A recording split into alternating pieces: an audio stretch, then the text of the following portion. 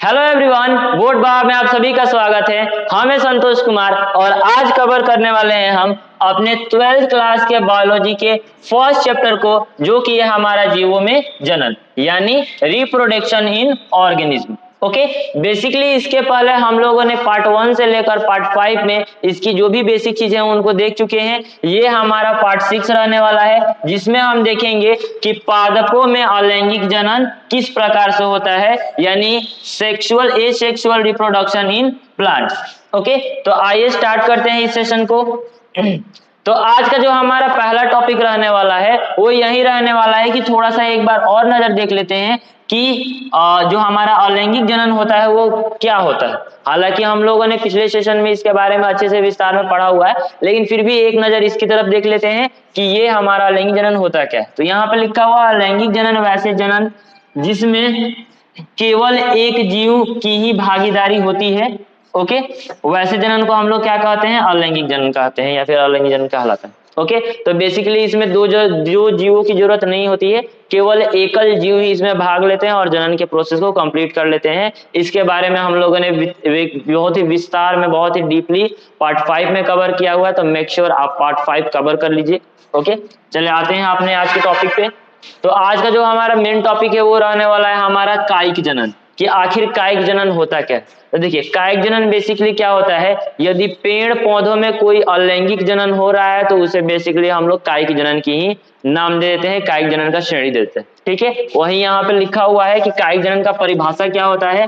तो कायिक जनन एक प्रकार का अलैंगिक जनन होता है। ओके, बेसिकली जो मैंने कहा हुआ था कि जो पेड़ पौधों में जो अलैंगिक जनन होता है उसी को कायिक जनन कहते हैं। तो ये एक प्रकार का अलैंगिक जनन जिसमें पादपों के कायिक यानी कि शारीरिक भागों के द्वारा नई संतति की उत्पत्ति होती है। ठीक है, यानी कि कायिक जनन में बेसिकली हम लोग क्या करते हैं, जो भी पादप होते हैं उनके किसी शरीर का यूज करके, उनके किसी अंग का यूज करके हम लोग क्या करते हैं, नए जीवों का निर्माण करते हैं। जस्ट लाइक आप लोगों ने ऐसे सुना भी होगा कि पेड़ की एक टहनी को यदि समय के अनुसार उपयुक्त समय में नमी की जगह पे यदि उसको काट कर लगा दिया जाए तो वो फिर से वो एक नए पेड़ में बदल सकता है, एक नए पेड़ का निर्माण कर सकता है। तो बेसिकली हमारा कौन सी विधि है, अलैंगिक विधि है, और अलैंगिक विधि में इस विधि को हम लोग कायिक जनन कहते हैं। ओके, यहाँ पर लिखा हुआ है कि जो कायिक जनन होता है उसकी क्या भूमिका होती है। तो पादपों में इसकी भूमिका क्या होती है, तो पादपों में अलैंगिक जनन के तहत कायिक प्रवर्धन की इकाइयां जैसे ऊपरी भूस्तरीय जिसे कि हम रनर कहते हैं, ओके, या फिर प्रकंद जिसे राइजोम कहते हैं, या फिर शकरकंद जिसे ट्यूबर कहते हैं, या फिर बल्ब, या और इसको हम लोग भूस्तरीय यानी कि ऑफसेट जो कि नई संतति को उत्पन्न करने वाली क्षमता रखती है। इन सारी चीजों के जरिए हम लोग उसमें क्या कर सकते हैं, पादप में क्या कर सकते हैं, नए जीवों का निर्माण कर सकते हैं। तो बेसिकली यहाँ पे जिन जिन अंगों की बात की गई है उन सभी अंगों से हम लोग क्या कर सकते हैं, नए जीवों की उत्पत्ति कर सकते हैं, यानी कि कायिक प्रवर्धन या फिर कायिक जनन करा सकते हैं। ठीक है, अभी मैंने जो आपको एग्जांपल दिया वो टहनी का एग्जांपल था कि टहनी को काट कर हम लोग यदि लगा देंगे तो वो भी एक नए जीव में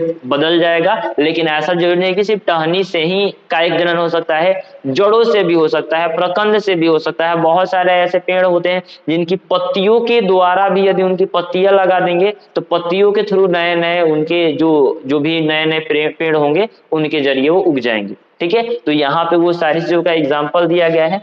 अब देखते हैं कि देखिए यहाँ पर क्या होता है ना, यहाँ पर एक टर्म आता है क्लोन।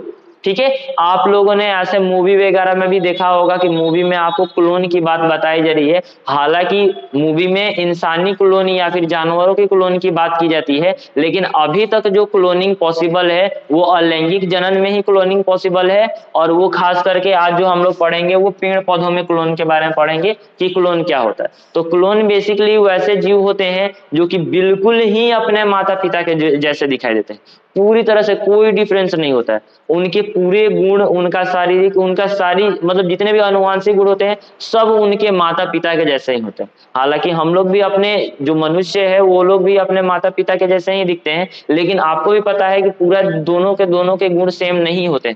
दोनों में कुछ ना कुछ डिफरेंस होता है और दोनों का जो आकार होता है, जो उनका स्वरूप होता है, जो उनका रूप होता है, वो थोड़ा सा अलग हो सकता है और कुछ नए गुण भी हो सकते हैं। बट कायिक जनन में जो क्लोन उत्पन्न होते हैं वो बिल्कुल ही अपने माता पिता के जैसे होते हैं, यानी कि जो भी जनक जीव होते हैं उनके जैसे वो लोग उनके संतति होते हैं। ठीक है।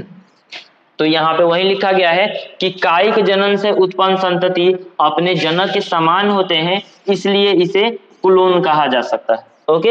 हालांकि मैंने पिछले सेशन में भी आपको बताया रखा था कि यहाँ पे क्लोन क्या होता है, मैं फिर से बता दे रहा हूँ कि क्लोन यहाँ पे क्या होता है। यदि मान लीजिए कि कोई भी आपका पेड़ है या फिर कोई भी आपका जीव है, उसके थ्रू यदि किसी विभिन्न प्रकार के उसके थ्रू बहुत सारे पेड़ों का निर्माण कर रहे हैं जो कि बिल्कुल ही उसके जैसे ही होते हैं, तो हम लोग उसे क्या कहते हैं, हम लोग उसे क्लोन कहते हैं। तो आई होप आप लोगों को क्लोन के बारे में समझ में आया होगा।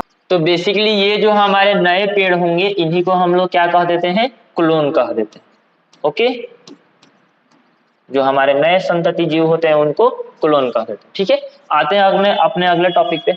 आज का जो हमारा अगला टॉपिक रहने वाला है वो है कायिक प्रवर्धन, कि आखिर कायिक प्रवर्धन होता क्या है। तो देखिए यहाँ पे लिखा हुआ है कि प्रवर्ध यानी कि पादपों की ये संरचना कायिक प्रवर्ध, इसको इंग्लिश में हम लोग प्रोपेग्यूल कहलाती है। यानी कि क्या होता है ना, किसी भी जीव में, किसी भी पेड़ पौधे में क्या होता है, हम लोग यदि जो उसमें से नए पेड़ की टहनियां निकलती है, जैसे कि ये हो गया, ये हमारा कोई पेड़ है, ओके, और इसका मान लीजिए कि जो भी इसका नया ब्रांच निकल रहा है, यदि इधर से कोई इसका नया ब्रांच निकल रहा है, तो उसको हम लोग क्या कहते हैं, इसको यदि हम लोग काट कर कहीं दूसरे जगह पे लगा देंगे तो यहाँ पे एक नए पेड़ का निर्माण हो जाएगा, तो इसको हम लोग उसका प्रवर्ध बोल देते हैं। ये जो हमारा हिस्सा है वो हमारा प्रवर्ध कहलाता है। ओके, यहाँ पर ये एक अलैंगिक प्रक्रिया होती है, अलैंगिक जनन की प्रक्रिया होती है, इसलिए यहाँ पे लिखा हुआ है कि चूंकि इसके निर्माण में दो जनकों की भूमिका भागीदारी नहीं होती है, इसलिए इसे हम लोग अलैंगिक जनन मान लेते हैं, इसे अलैंगिक जनन माना जाता है। हालांकि यहाँ पे आप सोच कर देखिए, यदि इस टहनी को हम लोग काट कर यदि लगा देंगे तो इसमें नए जीव, किसी दूसरे जीव की क्या ही आवश्यकता है, केवल एक पेड़ है, इसकी टहनी को काट कर लगा दिए, इससे हमारा नया जीव का निर्माण होगा। तो इसीलिए इसे हम क्या कह देते हैं, अलैंगिक जनन कहते हैं। ओके, इसका संबंध क्या है पादपों से, तो पादपों में कायिक जनन को अलैंगिक जनन के रूप में समझा जा सकता है, ये तो हम लोग उस समय से देख रहे हैं। ओके, क्योंकि यह एकल जनक द्वारा संतति उत्पन्न करने की प्रक्रिया है। यह क्या है, ये एकल जीव के द्वारा संतति उत्पन्न करने की प्रक्रिया है, जिसमें जनक और संतति में कोई अनुवांशिक अंतर नहीं होता है, कोई भी जरा सा भी डिफरेंस नहीं होता, दोनों के दोनों एकदम सेम होते हैं। जो गुण इसमें होंगे वो गुण इसमें होंगे। मान लीजिए कि अगर मैं आम के पेड़ की बात करूं, तो आम के पेड़ में भी होते हैं ना कि अलग अलग टाइप के आम होते हैं, फल होते हैं उनके। लेकिन यदि आप चाहते हैं कि कोई रसीला, कोई बहुत ही मीठा आम है और उसके जैसा ही सेम टू सेम यदि आप उसके बीज से आम प्राप्त करना चाहते हैं या फिर उसके जैसे आम के पेड़ प्राप्त करना चाहते हैं, तो बीज के थ्रू जाना तो थोड़ा सा पॉसिबल नहीं है कि उसी के जैसे एकदम सेम टू सेम हो, कुछ नए गुण आ सकते हैं या फिर गुण परिवर्तित भी हो सकता है, वो डिपेंड करता है। लेकिन यदि हम लोग उसमें कायिक प्रवर्धन करेंगे, कायिक जनन के थ्रू जाएंगे, तो बिल्कुल ही सेम टू सेम उसी के जैसा वो पेड़ प्राप्त होगा, जिसके फल उतने ही रसीले होंगे और बिल्कुल उसके ही जैसे, उसी के जैसे आकार में होंगे। समझ में आ रहा है। चलिए तो आते हैं आज का अपने अगले टॉपिक पे। आज का जो हमारा अगला टॉपिक रहने वाला है वो ये है कि ये एक महाविपत्ति के रूप में है, ये एक प्रकार का पेड़ है जिसे हम कहते हैं वाटर हायसिंथ। ओके, ये एक विपत्ति का मतलब एक विपत्ति के रूप में इसे देखा जाता है, क्योंकि इसे बहुत सारी प्रॉब्लम क्रिएट होती है। जो हमारा वाटर हायसिंथ होता है, इसे बहुत सारी चीजें प्रॉब्लम क्रिएट होती है। ये आखिर क्या होता है, तो इसका जो आतंक है बंगाल में है, बंगाल में ये बहुत ज्यादा मात्रा में पाया जाता है। देखिए इसमें क्या लिखा हुआ है कि इसे क्या कहते हैं, जो हमारा वाटर सिंथ होता है, हायसिंथ होता है, उसे हम लोग बंगाल का आतंक कहते हैं। क्यों कहते हैं वाटर हायसिंथ, जिसे बंगाल का आतंक भी कहा जाता है, एक जलीय पादप है जो ठहरे जल में अत्यधिक तेजी से बढ़ता है। जो वाटर हायसिंथ होता है वो एक प्रकार का जलीय पादप होता है। जब जल रुका रहता है तो वहां पर ये तेजी से फैलने लगता है और पूरी नदी को या फिर पूरे तालाब को ये अपने आगोश में लेता है, वो इसे पूरा ढक लेता है। इससे बहुत सारे प्रदूषण उत्पन्न होते हैं और बहुत सारी दिक्कतें क्रिएट होती हैं। मान लीजिए किसी को नाव से यदि पार करना है, नदी को पार करना है, तो पूरा का पूरा वाटर हायसिंथ जो पेड़ है उसमें ऐसे लगा हुआ, ओके, तो जाने में दिक्कत होगा या नहीं, ऑब्वियसली दिक्कत होगा। इसका क्या प्रभाव होता है, तो यह पादप जल से ऑक्सीजन खींच लेती है, जिससे मछलियां मर जाती है। इससे दिक्कत मछलियों लोगों को भी होता है कि ये जल से क्या करती है, ऑब्वियसली उसको ऑक्सीजन चाहिए होगा अपने विकास के लिए, तो जड़ में ये अपने जड़ के थ्रू जल में जितनी भी ऑक्सीजन होती है उसको खींच लेती है, जिसके कारण कि मछलियों को पानी में सांस लेने में दिक्कतें होने लगती हैं, जिसके कारण बहुत सारी मछलियां मारी जाती हैं। ओके, तो ये एक दिक्कत वाली चीज है। और ऑब्वियसली बंगाल का जो मेन भोजन है, मुख्य भोजन है, उसे हम लोग मच्छी के रूप में ही लेते हैं, मछली के रूप में लेते हैं। तो वहां पे जब मछलियां मरने लगेंगी तो बंगाल के लोगों को मछली पकड़ने में थोड़ा सा दिक्कत होगा, क्योंकि मछलियों की संख्या कम हो जाएगी। ओके, इसलिए ये इसको आतंक के रूप में माना जाता है, इसलिए बहुत ही महत्वपूर्ण है कि इसको रोकथाम किया जाए। तो आखिर इसके फैलाव कैसे होता है, इसके हम फैलाव को कैसे नियंत्रित कर सकते हैं, उसको देखते हैं। यह पादप काई प्रवर्धन द्वारा बहुत तेजी से फैलता है। एक्चुअली में ये जो बढ़ता है, ये किसके कारण इतना तेजी से बढ़ रहा है, तो काई प्रवर्धन इसमें होता है, तभी ये इतने तेजी से फैल रहा है। ओके, और जलाशय को पूरी तरह से ढक लेता है, जिससे इसे नियंत्रित करना कठिन हो जाता है। और इतना तेजी से ये फैलने लगता है कायिक प्रवर्धन के द्वारा कि ये बहुत ज्यादा मात्रा में चारों तरफ फैलने लगती है, और इसका रोकथाम करना, इसको रोकना, इसको कंट्रोल करना थोड़ा सा मुश्किल हो जाता है। ओके, आई होप आप लोगों को ये समझ में आया होगा। आइए देखते हैं कि जो हमारा कायिक प्रवर्धन होता है, किन किन पेड़ों में, किन किन पौधों में हम किस चीज का के रूप में कायिक प्रवर्धन का यूज करते हैं। तो देखिए, जो हमारा आलू होता है उसके कंद जो होते हैं, जो हमारा आलू होता है उसके कंद को हम लोग उसके कायिक प्रवर्धन के रूप में यूज करते हैं। आप लोगों ने देखा होगा कि आलू में जो नया आलू का एक्चुअली में हम लोग उसका जो नीचे जड़ में लगा रहता है, जड़ का यूज करते हैं। आलू जो है वो आलू के पेड़ फल नहीं है, वो उसका जड़ है। ओके, तो जड़ के अंदर जो पाया जाता है उसे हम कंद कहते हैं, और उसी कंद का यूज करके उसी को छोटे छोटे हिस्सों में काट कर हम लोग जमीन में लगा देते हैं, तो फिर वो उससे नए आलू के पेड़ उत्पन्न हो जाते हैं। ठीक है, यहाँ पर गन्ना जो है, गन्ना के हम लोग प्रकंद का यूज करते हैं। आप लोगों को पता है कि गन्ना में जो उसका जो टहनी होता है उसका यूज करके हम नए गन्ने का निर्माण करते हैं। उसी प्रकार जो केला हो गया उसके भी प्रकंद का यूज करते हैं, जो अदरक हो गया उसके भी प्रकंद का यूज करते हैं, और जो डहेलिया हो गया उसका कंद का यूज करके हम लोग नए जीवों का निर्माण करते हैं। ओके, आई थिंक आप लोगों को ये समझ में आया होगा। आप लोग इन सभी पॉइंट्स को याद रखिएगा, हो सकता है कि आपके ऑब्जेक्टिव में पूछ सकता है। ओके, देखिए आगे अब जो दिया गया है, और विशेष करके यहाँ पे आलू के बारे में बताया गया है कि आलू में जो प्रवर्धन होता है, कायिक प्रवर्धन होता है, वो किस प्रकार से होता है, इन सारी चीजों के बारे में यहाँ पे लिखा हुआ है। तो सबसे पहले कि इसमें जो कलिका होती है उसके बारे में लिखा हुआ है। कलिका यानी कि जो नया उसमें से नया वो पौधे का निर्माण होता है वो। तो यहाँ पे लिखा हुआ आलू के कंद पर स्थित कलिका, जिसे आंख भी कहते हैं। जो हमारा आलू होता है, आलू हालांकि वो डायरेक्टली आंख नहीं होता है, लेकिन हम लोग उसे आंख कहते हैं। जो वहां से ऐसे टहनी की जैसे हल्का सा निकलता है ना, ओके, ऐसे ऐसे टहनी की जैसा जो हल्का हल्का निकलता है चारों तरफ से, ओके, जिससे नए पौधे का निर्माण होने लगता है। तो उसको हम लोग अपने जनरल भाषा में आंख कह देते हैं कि आलू का आंख है, बट एक्चुअली में वो क्या होता है, एक्चुअली में वो कलिका होता है। ओके, इसी से यही विकसित होकर क्या करता है, पादप विकसित हो जाते हैं, नए नए इससे पादप विकसित होते हैं, और वो आगे चल के नए पौधे का निर्माण कर लेते हैं।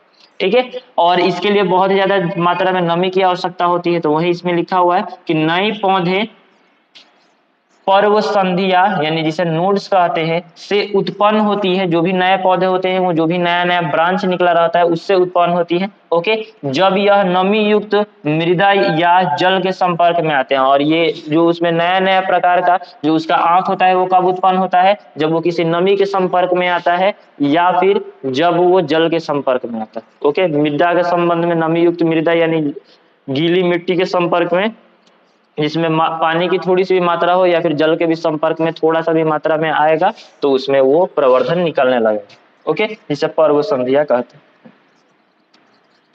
इसका विकास किस प्रकार से होता है, तो केले और अदरक के प्रकंद से भी नन्हे पादप निकलते हैं। यानी कि ये इतना प्रोग्रेस हो गया है कि अब केले और अदरक से भी इसमें क्या हुए हैं, प्रकंदों से नए प्रकार के इससे पादप विकसित होने लगे। तो ये रहा आपका आलू में कैसे किस प्रकार से प्रवर्धन होता है, और इसके कुछ अन्य भी उदाहरण यहाँ पे दिए गए। आइए देखते हैं अपने अगले टॉपिक को। अगला जो हमारा टॉपिक रहने वाला है वो है ब्रायोफिल्म के बारे में। बेसिकली जो हमारा ब्रायोफिल्म होता है वो एक विशेष प्रकार के पौधों का गुण होता है, जिनकी अलग विशेषताएं होती हैं। ये इतने ज्यादा विकसित नहीं होते। इस प्रकार से जो बड़े बड़े पेड़ पौधे होते हैं वो विकसित पेड़ पौधे, लेकिन ये पेड़ पौधे उतने विकसित में नहीं आते। इन लोगों में कैसे होता है ये कायिक प्रवर्धन, तो इन लोगों में उपास्थनिक कलिकाएं होती हैं। ओके, तो ये उपास्थनिक कलिकाएं किस प्रकार से होती है, तो ब्रायोफिल्म की पत्तियों में कटे किनारों से उपास्थनिक यानी कि जिसे हम एडवेंटिशियस कलिकाएं उत्पन्न होती हैं। इनकी जो पत्तियां होती है एक्चुअली में, इनके पत्तियां में जहां जहां से कट लगा रहता है, जहां पे कटी हुई रहती है किनारों पर, वहीं से एक प्रकार की नई कलिकाएं निकलने लगती हैं और वहां से हमारा जो है नई प्रकार के ये कायिक प्रवर्धन वहां से स्टार्ट हो जाता है। ओके, और यहाँ पे उसमें प्रवर्धन किस प्रकार से होता है, तो जो माली होता है और किसान होते हैं इस गुण का लाभ उठाते हुए पादपों का बड़े पैमाने पर प्रवर्धन करते हैं। और ये जो होती हैं उसमें जो लास्ट जो उसके जो कटी हुई पत्तियां होती है, जो लास्ट में उसके एक छोर होता है, किनारा होता है, वहां से जो नया प्रवर्धन निकलता है, इसका फायदा वो लोग क्या करते हैं, माली और किसान उठाते हैं और उस प्रवर्धन को, उस प्रवर्ध को, उस हिस्से को वहां से निकालकर जमीन में लगा देते हैं, जिससे कि नए प्रकार के पेड़ पौधे, उससे नए जो जीव की उत्पत्ति होने लगती है। ओके, तो ये सिर्फ हमारे ब्रायोफिलम के जितने भी ग्रुप के पेड़ पौधे हैं उन लोगों में। ओके, चलिए आइए देखते हैं अगले टॉपिक को। जो हमारा अगला टॉपिक रहने वाला है वो है कि जो यहाँ पे पुष्पीकरण है उसमें बहुत सारी असामान्यताएं पाई जाती है। ओके, बहुत बार क्या होता है ना कि बहुत सारे ऐसे पेड़ होते हैं, वो कायिक प्रवर्धन उन लोगों को इसलिए करना पड़ता है क्योंकि उनका जो पुष्पीकरण है वो बहुत ही ज्यादा फिक्स नहीं होता है, इधर उधर होता है। ठीक है, मतलब कहने वाला पुष्पीकरण मीन्स कि किस पेड़ में कितने टाइम के बाद पुष्प आएगा, फूल आएगा। ओके, अगर हम आगे इसके बारे में पढ़ेंगे कि फूल के द्वारा किस प्रकार से जनन होता है, बेसिकली वो लैंगिक जनन होता है, उसके बारे में हम लोग अगले चैप्टर में, अगले सेशन में पढ़ेंगे। ठीक है, यहाँ पे ये है कि बहुत सारे पेड़ पौधों में जो फूल होता है वो फिक्स नहीं होता है कि कब निकलने वाला है, इसीलिए वो पेड़ क्या करते हैं, अपनी संख्या को बढ़ाने के लिए उतना दिनों तक तो वेट नहीं कर सकते हैं, हो सकता है कि उतना दिनों तक जीवित ही ना बचे, इसीलिए वो अपना जो जनन की प्रक्रिया है वो अलैंगिक जनन के थ्रू ही कंप्लीट कर देते हैं, और जब वो फूल आता है तो फिर से लैंगिक जनन वो करते हैं। ठीक है, तो यहाँ पे कुछ उदाहरण दिए गए हैं ऐसे ही पेड़ों के, जैसे कि बांस हो गया, जो आपका बांस का पेड़ है, ये कुछ पादपों जैसे कि बांस की जाति के पादप जीवन में 50 से 100 वर्षों के बाद केवल एक बार पुष्प उत्पन्न करते हैं। अब सोच कर देखिए, जैसे कि बांस का पेड़ है या फिर बहुत सारे ऐसे पेड़ हैं जो कि अपने 50 से 100 साल के उम्र में, उनका जीवन लगभग 50 साल का हो जाता है, यानी 50 साल पुराना ये बांस का पेड़, या फिर 50 साल, 50, 100, 50 इसके बीच में वेरी करते रहता है। इतने पुराने पुराने पेड़ अपने जीवन काल में मात्र एक बार ही उसमें फ्लावरिंग होता है, मात्र एक दो बार ही उसमें क्या होता है, वो फूल लगता है। तो इतने सालों तक वो जिंदा रहेगा तब तो फूल के जरिए अपने संख्या की वृद्धि करेगा, इसीलिए वो क्या करते हैं, वो पहले ही अपना लैंगिक जनन कर लेते हैं और ये कायिक प्रवर्धन के थ्रू बहुत सारे पेड़ों का निर्माण कर लेते हैं ताकि उनकी जो प्रजाति है वो बची रहे। ओके, और यदि वो पेड़ उतने सालों तक जिंदा रहेंगे तो फिर से उनमें फ्लावरिंग एक बार होगा और फिर से वो लैंगिक जनन के थ्रू यानी कि फूल के थ्रू अपना निषेचन करेंगे और फिर से नए जीवों का निर्माण करेंगे। ठीक है, तो इस चीज को याद रखिएगा, बहुत ही ज्यादा इंपॉर्टेंट है। उसी प्रकार एक और पौधा है, एक और पेड़ है जिसका नाम है नील कुरेंजी। ओके, जो हमारा नील कुरेंजी होता है ये, ओके, यहाँ पर ये नील कुरेंजी क्या होता है, तो स्ट्रोबेरिलेंथस कुन्या आना, यानी कि जिन्हें ये एक साइंटिफिक नेम है, इसको हम लोग नीला कुरेंजी कहते हैं। ठीक है, जो हमारा नीला कुरेंजी होता है वो 12 वर्षों में एक बार ही पुष्प उत्पन्न करता है। ठीक है, अब ये सोचकर देखिए, जो फूल होते हैं, फूल तो वैसे भी ज्यादा दिनों तक जिंदा नहीं रहते हैं, और ये जो फूल होता है वो मात्र 12 साल में एक ही बार अपना फूल उत्पन्न करता है, अदरवाइज 12 साल से पहले इसमें कोई भी फूल वगैरह नहीं लगता। ओके, अगर सोच कर देखिए 12 साल के पहले ही ये कट जाए या फिर ये सूख जाए तो इनकी संख्या में बहुत ज्यादा भारी गिरावट आ जाएगी, इसीलिए अपनी संख्या को बचाव करने के लिए, अपनी संख्या को बनाए रखने के लिए लैंगिक जनन के थ्रू को कम प्रेफर करते हैं, ये अलैंगिक जनन जिसमें कायिक प्रवर्धन शामिल है उसके थ्रू अपने जनन का प्रोसेस करते हैं और अपनी संख्या में वृद्धि करते हैं। ओके, तो आज का जो हमारा इसमें अगला टॉपिक रहने वाला है वो ये है कि यहाँ पर जो भी है वो नील कुरेंजी हो गया या फिर बहुत सारे ऐसे पेड़ पौधे हो गए जो कि बहुत ही दिनों के बाद, बहुत ज्यादा दिनों के बाद अपने अंदर फ्लावरिंग करते हैं। तो इससे एक ड्रॉबैक तो है कि इतना जल्दी फ्लावरिंग नहीं करते, इतना जल्दी उनमें फूल नहीं लगता है, तो निषेचन नहीं कर पाते। ओके, तो कोई बात नहीं, कायिक प्रवर्धन तो सही, कायिक प्रवर्धन तो करते हैं। ओके, लेकिन इससे फायदा ये हो जाता है कि सोच कर देखिए, बहुत दिनों तक जो फूल नहीं निकला हुआ है उसे देखने के लिए बहुत सारे लोग उत्साहित होते हैं कि भाई 12 साल के बाद इसमें फूल आया हुआ है। समझ में आ रहा है? तो बहुत सारे लोग जहाँ पे नीला कुरंजी का जो वो फूल होता है, जब उसमें फूल लगता है 12 सालों के बाद, तो बहुत सारे लोग उसे देखने के लिए आते हैं। जिस देश में होता है, लोग अलग अलग देशों से उस देश में उस चीज को देखने के लिए जाते हैं, जिससे कि फायदा ये होता है कि वहाँ का पर्यटन बढ़ता है, यानी कि टूरिज्म वहाँ का बढ़ता है, और लोगों को वहाँ पे नए नए रोजगार प्राप्त होते हैं। सरकार को भी, उस देश के सरकार को भी इससे बहुत ही ज्यादा लाभ होता है। तो वहीं पे यही बात यहाँ पे लिखा हुआ है पर्यटन के बारे में, यानी टूरिज्म के बारे में, कि इस प्रकार के असामान्य पुष्पीकरण से संबंधित घटनाएं पर्यटकों को आकर्षित करती है। ओके, ये लोगों को आकर्षित करती है कि अब वो जाकर देखेंगे जो नीला कुरंजी का फूल है, लोग उन्हें क्या करेंगे, आकर ये सारी चीजें उन्हें देखेंगे। ठीक है, उन लोगों को अच्छा लगेगा।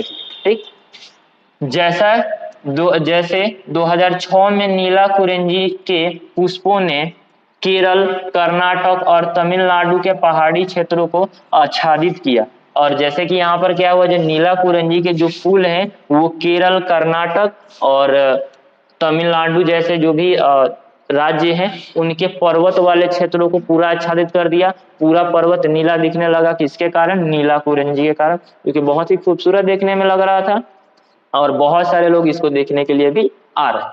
ठीक है, तो आई होप ये सारी चीजें आप लोगों को समझ में आई होंगी कि कायिक प्रवर्धन क्या होता है और इससे हम लोगों को क्या क्या फायदा। ठीक है, चलिए आते हैं, देखते हैं आज के संभावित प्रश्नों को, कि आज जो भी हम लोगों ने टॉपिक कवर किया हुआ है आपके बोर्ड एग्जाम में इससे रिलेटेड क्या क्या क्वेश्चन आ सकते हैं। तो चलिए देखते हैं आज के अपने फर्स्ट क्वेश्चन को। तो आज का जो हमारा फर्स्ट क्वेश्चन रहने वाला है वो ये है कि कायिक जनन क्या होता है। ओके, पादपों में इसकी भूमिका को लिखें, कि बेसिकली कायिक जनन होता क्या है और इसमें पादपों में इसकी क्या भूमिका होती है। तो पहले भी हम लोगों ने देख रखा है कि आज का जो हमारा पहला टॉपिक था वो यही था कि आखिर कायिक प्रवर्धन क्या होता है, कायिक प्रजनन क्या होता है। ठीक है, और पादपों में इसकी भूमिकाएं क्या होती हैं। तो हम लोगों ने ये देखा, जैसे कि आलू हो गया, ओके, जैसे कि ब्रायोफिल्म हो गया, तो इन सारी चीजों में इसकी क्या भूमिका है, इस चीज को हम लोगों ने समझा हुआ था। कायिक प्रवर्धन के बारे में पूरा तरह से डीपली हम लोगों ने पढ़ा हुआ है।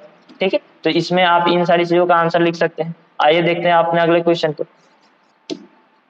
तो जो हमारा अगला क्वेश्चन रहने वाला है वो ये है कि क्लोन से आप क्या समझते हैं। ओके, उदाहरण सहित व्याख्या करें। तो हम लोगों ने जो इसमें क्लोन के बारे में देखा हुआ था कि क्लोन हमारा क्या होता है, ओके, और इसके उदाहरण को भी समझे हुए थे। तो इसमें उदाहरण के तौर पे आप किसी पेड़ को लिख सकते हैं या फिर अमीबा वगैरह को भी लिख सकते हैं। हालांकि आप यहाँ पे पेड़ लिखिए तो ज्यादा सुटेबल है, क्योंकि अभी हम पादप में लैंगिक जनन और लैंगिक जनन के बारे में पढ़। ओके, तो किसी भी पेड़ का उदाहरण जिसमें यदि उसके टहनी, पत्ते या फिर उसके जड़ से यदि नए जीव का निर्माण हो रहा है, नए पेड़ पौधों का निर्माण हो रहा है, तो आप इसमें ये सारी चीजें लिख सकते हैं। ओके, चलिए आते हैं अपने अगले क्वेश्चन पे।